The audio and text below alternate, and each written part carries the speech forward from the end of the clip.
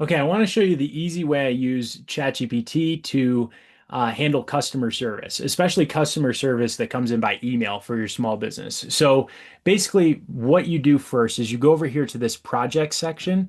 You create a project called customer service, right, for your business. And then in there, all of your chats, when you create them, they're all within this customer service folder. So first, you can keep them all together. And second, you could like have context all in one place of that you're trying to respond to customer service emails. If you're a small business owner, you get customer service emails. We all do, right? So basically, this is saving you time to answer them. So we're an SEO company, part of what we do. So we get a lot of customers asking about SEO. So I'm just going to put in the chat now.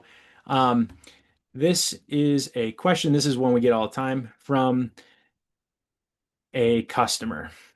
Now, the thing is, you can also tell it more about what your business is, what you do, don't do. You can upload your like standard service agreement, your contracts, stuff like that, so that when questions are coming in, ChatGPT knows and has context for how your business works, right?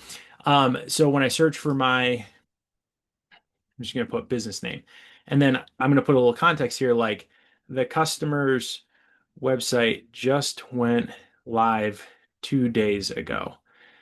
Draft a short, friendly, professional response from me to email back to this question. Okay. So pretend the customer asks, it's something that happens all the time. Hey, why isn't my store showing up? Their website just went live and they search their business name. And they're like, I don't see my website in Google. Hey there, great question. Totally normal to see this right after a new site goes live. Since your website just launched a couple days ago, Google likely hasn't fully discovered and indexed it yet. It can take anywhere from a few days to a couple weeks for you to start.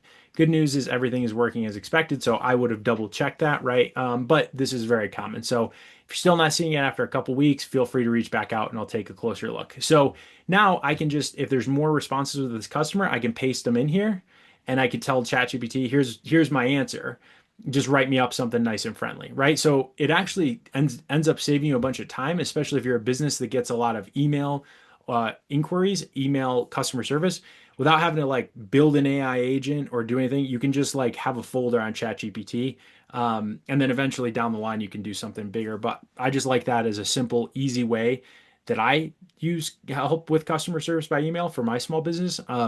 So just sharing it here. If you like this video, hit like and subscribe. I'll put some more stuff down below that I think you could find helpful. Otherwise, catch you in the next video.